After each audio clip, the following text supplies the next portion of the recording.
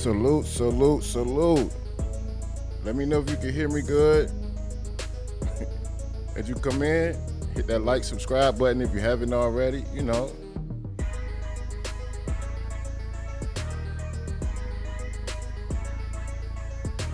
Gotta make sure we good on all technical difficulties around these parts, you know. Gotta get right. That's all. Something slight. All in a day's work, you know.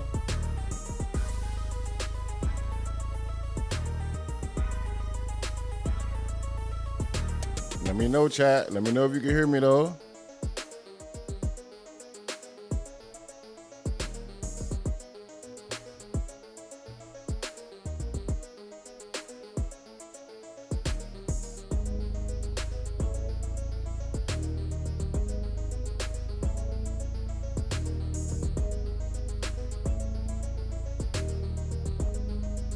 So can't nobody hear what I'm saying? Nobody.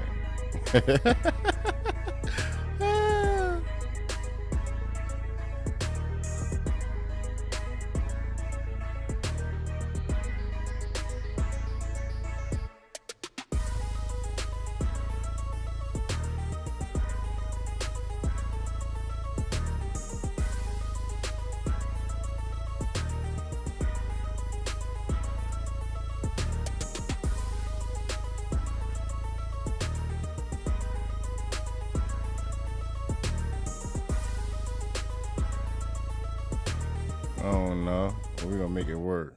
Slowly but surely. I ain't get that joint chafing. Top of the top, top of the top. It is what it is, ain't what it ain't. Welcome to the A Society, my people. We here today. What we got covered.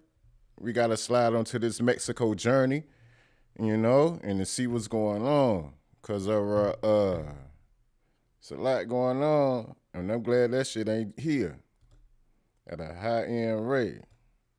How we gonna do this is we're gonna slide right on over and bust that on down. What is TubeBuddy? Let's break it down fast. TubeBuddy is used by over 14 million creators to optimize, grow. Mexico is on high alert. There we go. Okay, we getting there. Mexico is on high alert, buddy. I want to add some guitar. Do you know how to make? Shanice, No, of course not. Right. What's up, guys? We're here at the airport in Madrid. We're looking for a stranger to finish this beat. Bear with Let's me go. now. We're gonna get to the nits and the grits. All right, here we go. We sliding around the corner when she come, you hear me? Get right on in tune. For those of you who don't February know, 22nd, 2026, 4 a.m., the mountains of southern Jalisco, Mexico, somewhere in the dark, in a compound carved into the Sierra, the most wanted drug lord alive is sleeping. Two governments have been hunting him for over a decade. The DEA has a $15 million bounty on his head, one of the largest in the history of American law enforcement. Interpol knows his name. The CIA has drones in the sky above his country. And still, for years, this man has been a ghost. Fewer than 3 confirmed photographs of him exist, all of them decades old. In every intelligence briefing, He been a ghost. He only got 3 pictures anywhere on the internet. That's some good. Can't go wrong. We're supposed to be like that. Stay out the way. poster, every classified file, the same grainy image of a man nobody can find. His name is Nemesio Ruben Oseguera Cervantes. The world knows him as El Mencho. By sunrise, he will be wounded and bleeding in a military aircraft, dying somewhere above the Mexican highlands. By nightfall, 6 states will be on fire. This is his last 24 hours.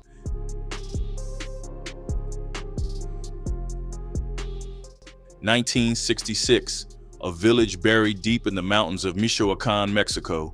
No electricity, no paved roads. A place so remote, most maps don't bother naming it. That's where Nemesio Ruben Oseguera Cervantes was born. No electricity, no paved roads. That wasn't even a third world. That was just a country of its own. On the 17th of July. They didn't even want to put it on Google Maps. Never made it past the 5th grade. By the time other kids were learning to read, he was in the fields picking avocados under the Michoacan sun, one of 6 brothers in a family that had nothing. This was Tierra Caliente, the hot land, a region where the 2 things that grow best are avocados and organized crime. Yep. He left before he was 20, crossed the border illegally into California. No papers, no plan, just hunger. 1986, San Francisco. A teenager gets picked up by police. Stolen property, a loaded firearm. The booking photo shows a kid who looks barely old enough to shave. Not a kingpin, not a threat, just another undocumented migrant caught in the wrong place. They deported him. He came back. 1989, arrested again, narcotics this time. Deported again. He came back again. By September of 1992, he was 26 years old and moving low-level heroin in the Bay Area. He wasn't gonna let up. He wasn't gonna let the states keep him from nowhere. He say, nah, nah, buddy. You can't hold me from there, buddy. I got things to do, buddy. With his older brother, Abraham.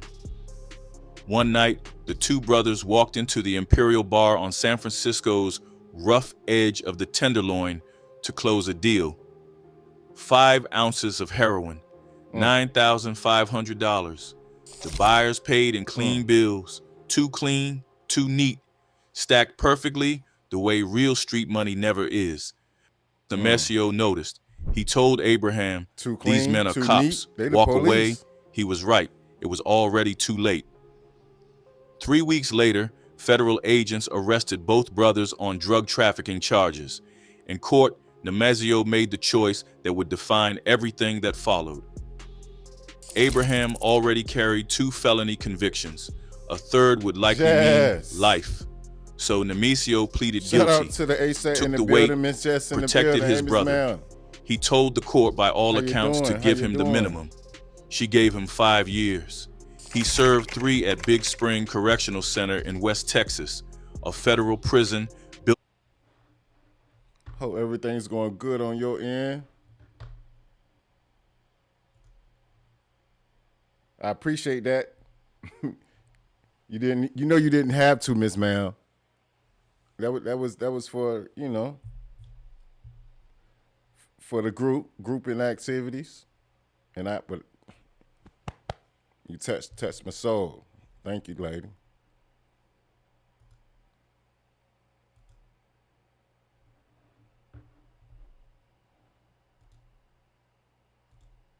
House undocumented immigrants.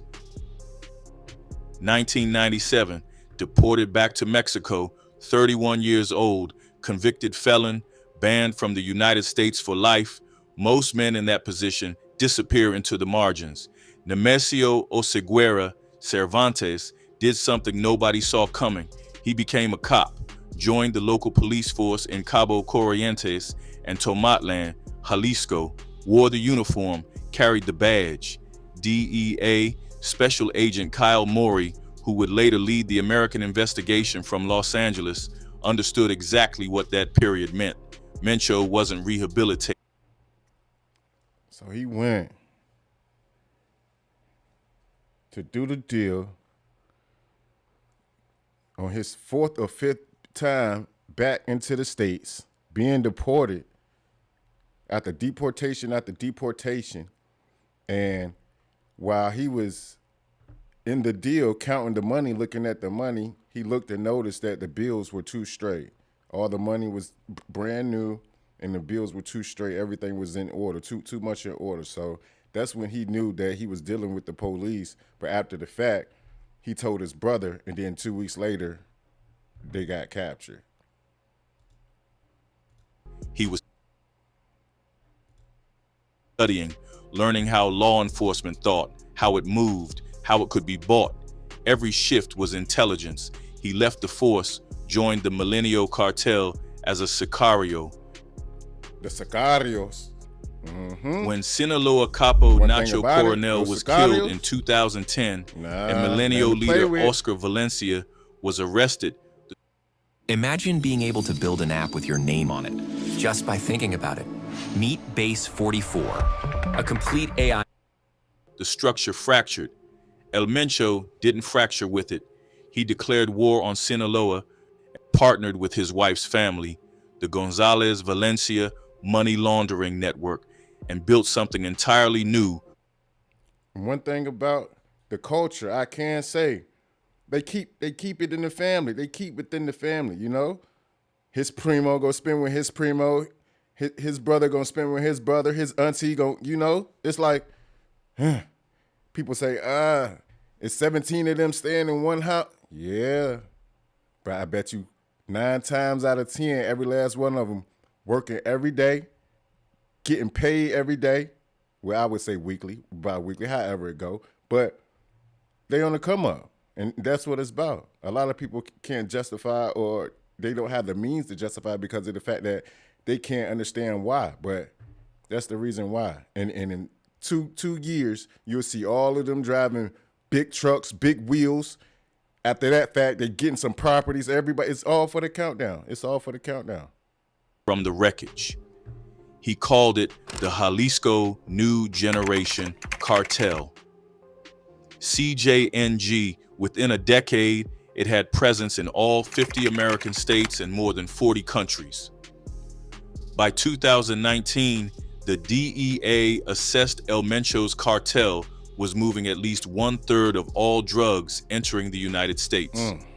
His personal net worth, at minimum $500 million, potentially over $1 billion. The Mexican government estimated CJNG's total asset at minimum at $50 billion. At minimum, 500 million, upwards towards the billions. But see, that's just an estimation of. They don't know. They just guess it. They don't know. In February 2025, the Trump administration designated it a foreign terrorist organization. The avocado picker from Michoacan had built a narco empire that outranked most countries' economies, and nobody could find him. Chat, if you're in here, hit that thumbs up for me one time. Double tap that screen. It's free. It don't cost you nothing. Just asking for the El little favor one Chapo time for wanted to be a legend. He gave interviews to Sean Penn in the jungle. He had corridos written about him. He wore his name like a crown. El Mencho wanted to be invisible. No interviews, no photographs, no public appearances. In over a decade, as the most wanted man in the Western Hemisphere, fewer than 3 confirmed images of him exist. All of them old, all of them grainy. The only time the public ever heard. This man only had 3 lifetime pictures. All of them old, all of them grainy. Gosh almighty. That's how you're supposed to do it. Stay out the way, babes. Voice was through leaked audio recordings, expletive-filled messages sent to rivals, threats delivered from a face nobody could see. Organized crime expert Edgardo Buscaglia of Columbia University put it plainly. El Mencho's Jalisco New Generation Cartel was one of the biggest buyers of politicians and political campaigns, which has given it an enormous social base. Power without visibility. That was the strategy. He moved constantly through the Sierras of Jalisco, Michoacan, Colima, and Nayarit, never sleeping in the same location for long. Around him, 2 rings of security, an inner circle of former military mercenaries, an outer. I wonder what was his longest stay at each one. He was just going from house to house, village to village, city to city. He was moving at a high rate of sonic speed. Like they were trying to check on his car warranty. We're looking for you, my friend. We're looking for you. Of lookouts spread across the mountain roads, watching for anything that moved. For years, it worked. Then came the violence that made hiding harder. May 2015, Mexican Army forces launched a military operation in Jalisco. El Mencho's men responded by firing a rocket-propelled grenade at an Army helicopter, blowing it out of the sky. He bought himself time to disappear into the Sierra. In a single 6-week stretch that same year, CJNG killed 24 police officers across western Mexico, not as a battle, as a message. Now think about it, chat. They ban rocket launchers, shooting military out the sky, killing police when they want to. At an all-time high, it's like they control the city. They control the town. When it comes to the Mexico and Mexican, how can I say this? Put this in a nice way without, because when it comes to the Mexican people of wherever they're from, they run the city. The gangsters, they run the city. The government, they do what they do, but outside of that, they can't control them at all, 0%. Years later, he sent a bigger one. June 26th, 2020, 7 a.m. Mexico City. On Reforma Avenue, one of the most famous boulevards in Latin America, a convoy of CJNG gunmen ambushed Mexico City Police Chief Omar Garcia Harfuch. Grenades, high-powered rifles.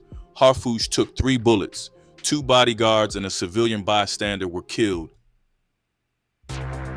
EVE to me is basically freedom. It's a giant open universe where you can do whatever you want. He survived. From his hospital bed, still bloodied, Harfuch posted on Twitter and named CJNG directly. He recovered. He didn't forget. By 2026, Omar Garcia Harfuch was Mexico's Secretary of Security. The man El Mencho tried to kill was now the man coordinating the operation to kill him. When news broke that El Mencho was dead, Harfuch posted a single line on X, "Our recognition to the Mexican Army and Air Force." No speech, no triumph, just 4 words, 6 years of waiting compressed into 1 sentence. While El Mencho was making enemies, his body was betraying him. As early as 2019, Mexican intelligence had confirmed he was suffering from serious kidney failure. Kidney disease doesn't care how many soldiers you... So he must have felt like he was already going down for the count, so it wasn't no turn back. It wasn't no helping this, that, and the third. He was on a mission. A lot of these young whippersnappers don't even understand the great deal that they put themselves in when they want to sip this lean and pop this pill and pop that pill. Yeah, you're going to fuck around and find out today is not the day at all. Man, it demands treatment, dialysis, medication, constant monitoring. In the mountains, that's not easy to manage quietly. At all. His solution was to build a private hospital deep inside CJNG-controlled territory in the remote village of El Alcihuatl in the municipality of Villa Purificación, roughly 50 kilometers from the nearest town. He constructed a medical facility for his personal use. He had the money to do it. As recently as February 2025, Mexico's security secretary publicly confirmed the kidney disease was ongoing. Here is the question that investigators would have been asking. Kidney treatment creates a schedule. A schedule creates patterns. Patterns can be tracked. Whether that is how they ultimately found him has never been officially confirmed, but it is the thread that intelligence agencies were pulling. By 2022, Insight Crime reported he hadn't been seen in years. Splinter factions were claiming he was already dead. The cartel was fracturing at the edges. And then, in the 15 months before his death, his family disappeared, one by one. November 2024, his son-in-law, El Gaucho, arrested in Riverside, California, a man El Mencho had personally helped fake his own death to protect. February 27th, 2025, his brother Antonio, known as El Tony Montana, extradited to the United States. 1 day later, February 28th, his brother Abraham, Don Rodo, was recaptured by the Mexican army. The same Abraham he had gone to federal prison to protect in 1992. March 2025, his son El Menchito, sentenced to life plus 30 years in U.S. federal court, ordered to forfeit over $6 billion. February 2025, his wife Rosalinda, released from Mexican prison, and immediately placed under surveillance every person who knew his location, every person who held his money, every person who could find him in the mountains, arrested, extradited, or watched. By February 2026, he was the last one standing. So basically, they picked him apart, slowly but surely. Took all his family members. Everybody got up out of there. His close associates, everybody that knew him, anybody that held a dollar for him, did anything for him, spent the dollar for him.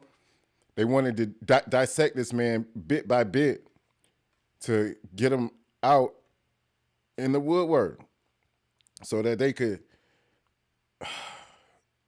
rampage his sections of his whereabouts because of the fact that he was on dialysis. So they said that it created a pattern in which that does because of the fact that that treatment has to be done ever so often.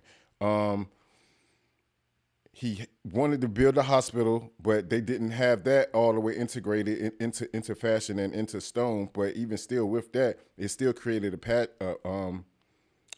form of detailed whereabouts because he had to get it done. And also they knew that his liver was failing. So they picked him apart slowly but surely, bit by bit, to get him to come out in the forefront. And he was sick, and he was alone. All by himself. December 2024. The United States Department of State quietly raised the reward for information, leading to El Mencho's capture from $10 million to $15 million. It was the largest narco bounty in active circulation. Somewhere in the mountains of Jalisco, the price on his head had just gone up 50%. Nobody came forward, not yet. January 2026. Washington announced the formal launch of the Joint Interagency Task Force Counter Cartel, a U.S. military-led intelligence unit with a single operational mandate: map cartel networks on both sides of the border and dismantle their leadership. El Mencho sat at the very top of their target list. What was happening in the background was more significant than any press release. They wanted him bad. According to Reuters, the CIA had been conducting secret drone flights over Mexican territory, feeding real-time intelligence on cartel movements to Mexican forces. A former U.S. official told Reuters that the United States had compiled what intelligence agencies call a target package for El Mencho, a dossier combining law enforcement intelligence, signals intelligence, and human intelligence, and handed it directly to the Mexican government. This wasn't cooperation. This was a coordinated hunt. Mexico's President Claudia Sheinbaum was caught in a bind she couldn't escape. Throughout her political career, she had publicly criticized the kingpin strategy, the doctrine of targeting and eliminating cartel bosses. Her argument was straightforward and backed by history. Parents of children who play Roblox. If your child was sexually exploited, abused, or pressured to share explicit content by someone they... Decapitation doesn't kill a cartel, it fractures it, and a fractured cartel produces more violence, not less. She had said this publicly, repeatedly, but the Trump administration was applying pressure that Mexico could not easily absorb. Tariff threats, military posturing, diplomatic ultimatums. El Mencho had become political currency, the trophy that would prove Mexico was serious about its side of the border. The trap was set, and the operation moved forward. Now, Tapalpa. If you look at Tapalpa on a map, it reads like a postcard. A small colonial mountain town 2 hours southwest of Guadalajara, white stone churches, pine forests, cobblestone streets, a weekend escape for wealthy tapatillos, the kind of place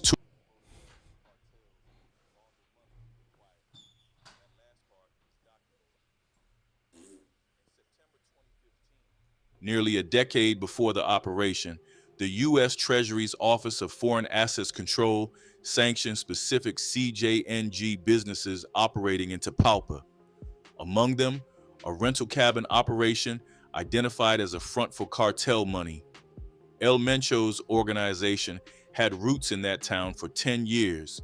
He wasn't hiding there randomly. He was hiding there because he had always been there.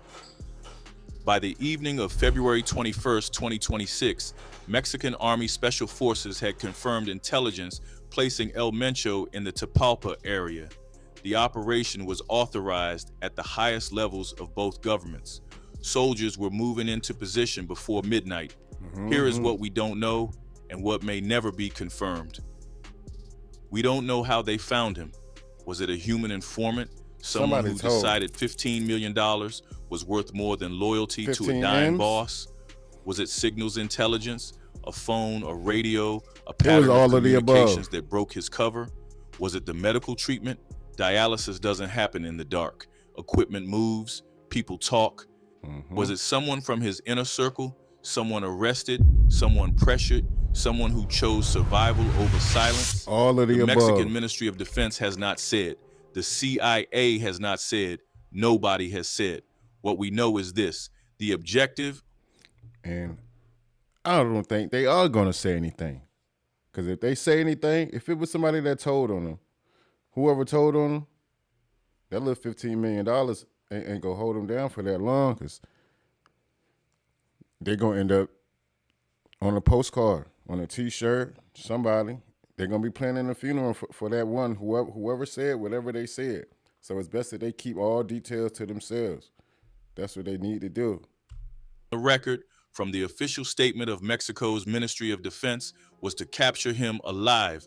They planned to take him breathing. That is not what happened.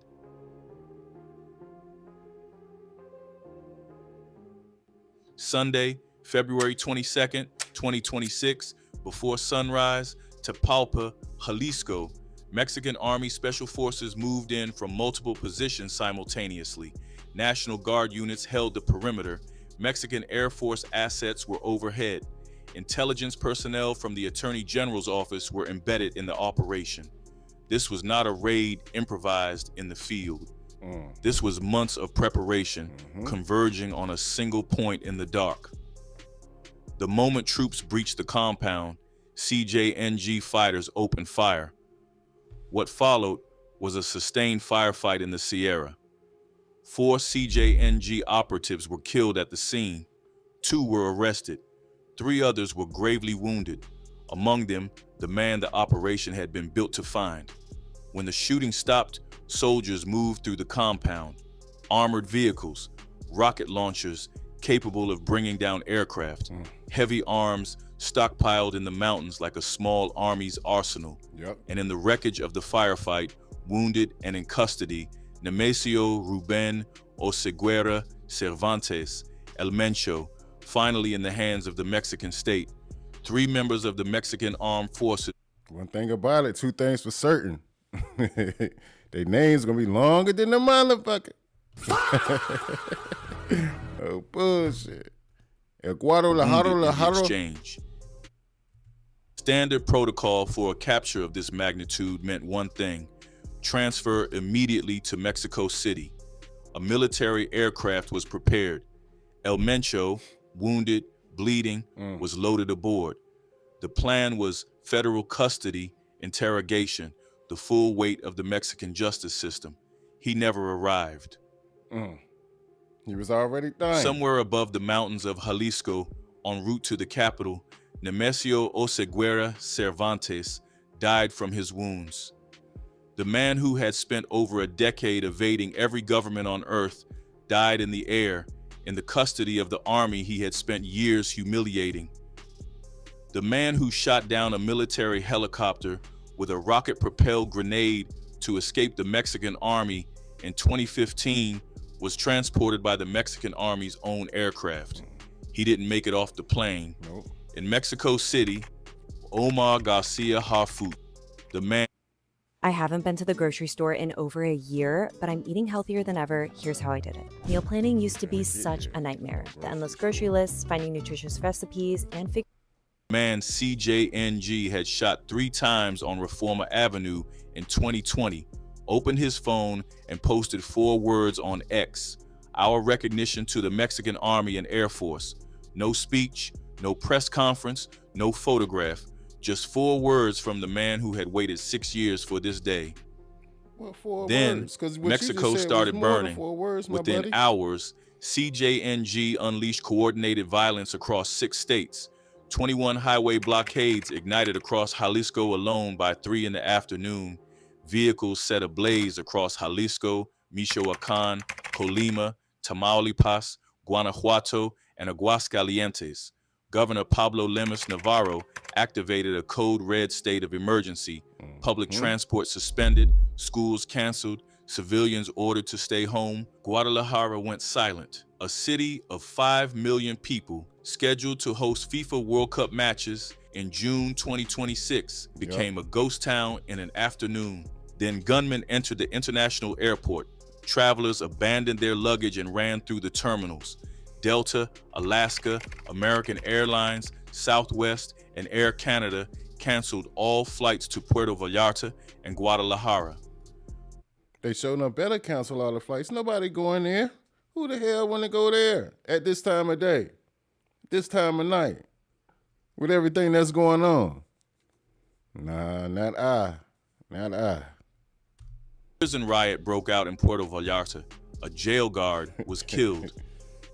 The U.S. State Department issued a shelter-in-place advisory for American citizens in Jalisco, Tamaulipas, Michoacán, Guerrero, and Nuevo León.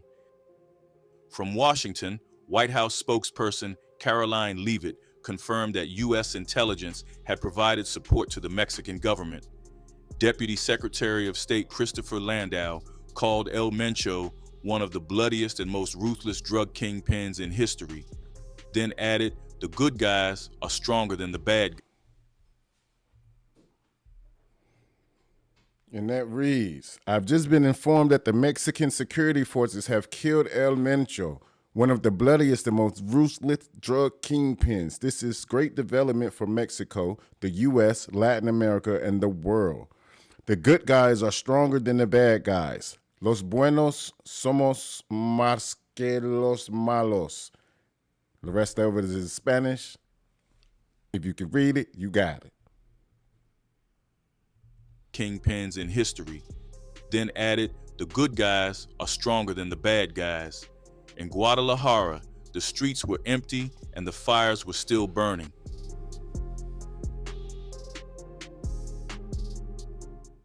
Claudia Sheinbaum had been saying it for years. The kingpin strategy doesn't work. Cutting off the head of a cartel doesn't kill the body. It multiplies it. You remove one leader and 3 more emerge from the wreckage, each more ruthless than the last, each fighting to claim the territory left behind. Yep. She said it before she took office. She said it after. She built her security philosophy around the idea that chasing individual names was theater, not policy.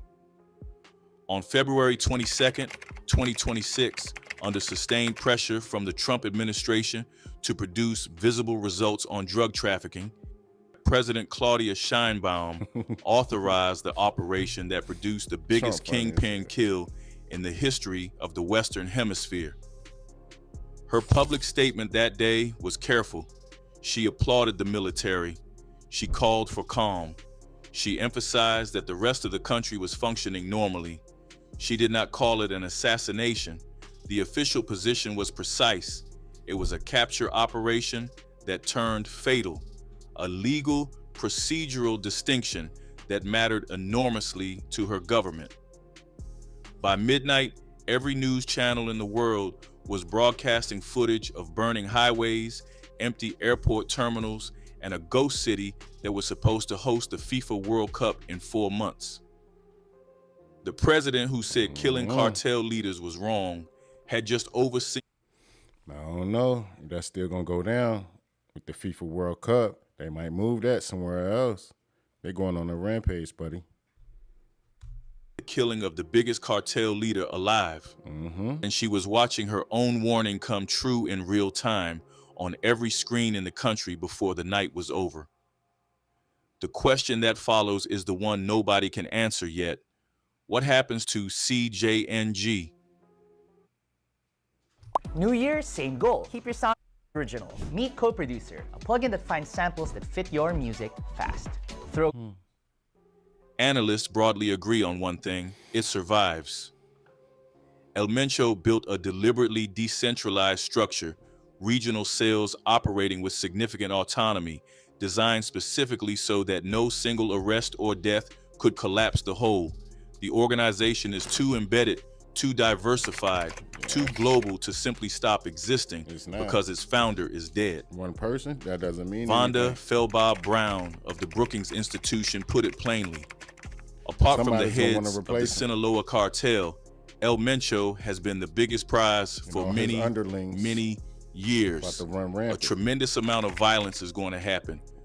One name has surfaced in intelligence reports as a potential successor: Abraham Jesus Ambriz Cano, known as El Yogurt.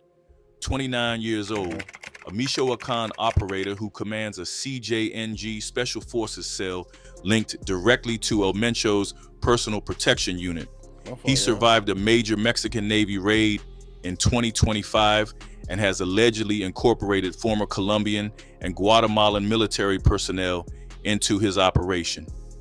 This is not officially confirmed. It is the name being spoken quietly in the places where these things are discussed. The historical parallel is one your viewers already know.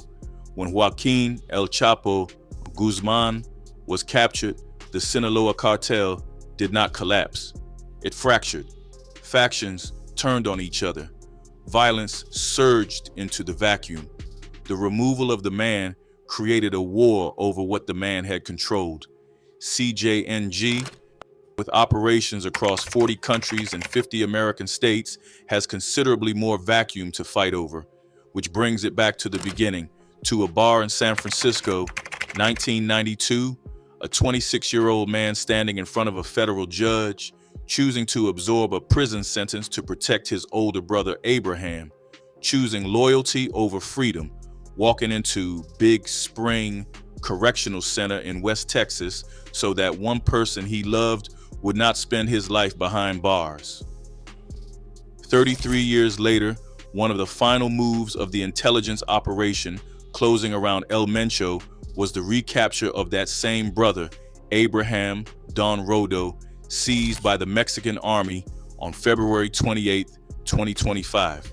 The brother he had gone to prison to protect, the brother who, in the end, could not protect him. He started with nothing: a village with no roads, a 5th grade education, avocado fields in Michoacan.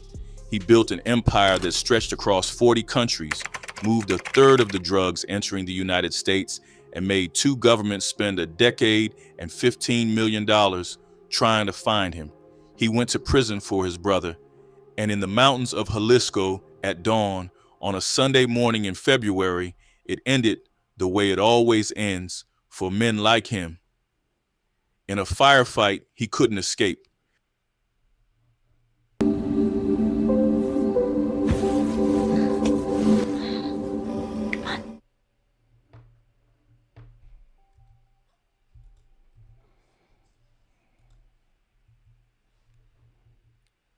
That's for the next video. Y'all gonna have to catch that one in probably about like 35, 45 minutes. But yeah, chat, back on that. I don't understand. They did a lot to catch the man. And that's what they was looking forward to. So everything was put to a stop and everything was put to a halt. After that, let me get this, pull this CNN up for y'all right quick.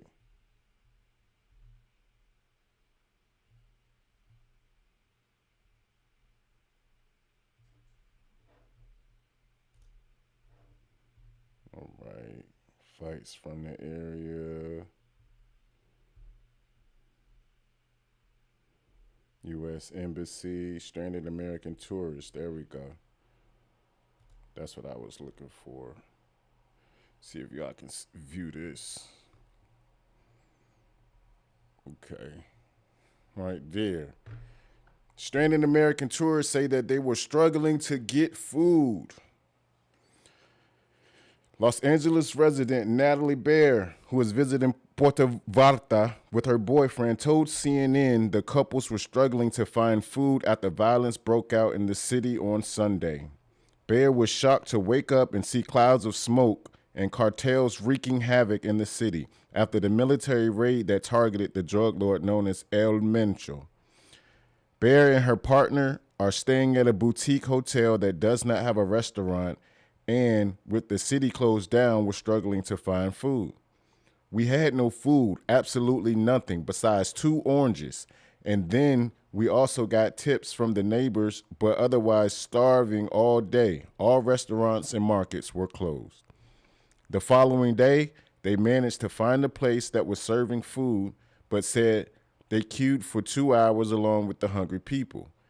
I was able to get tortillas from there and canned corn. Oh yeah, he was all right with the tortillas and canned corn. I would have made something out of nothing.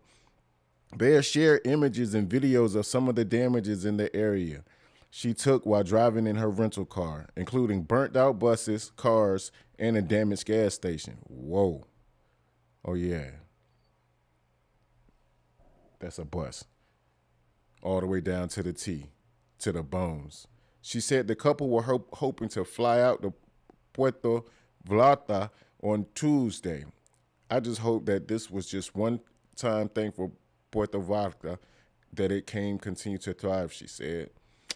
I mean, it can continue to thrive, babe, but all in all, it's not going down right now at all.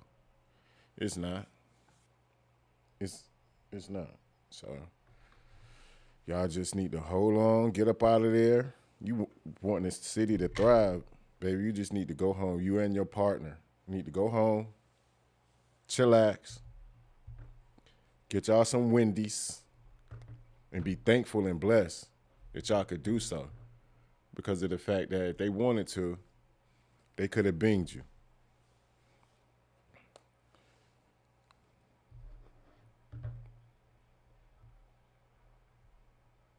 Chat, I appreciate you. Everybody that came through, slid through, sat with me for the time being. We're going to get into something else in probably about the next 30 minutes or so.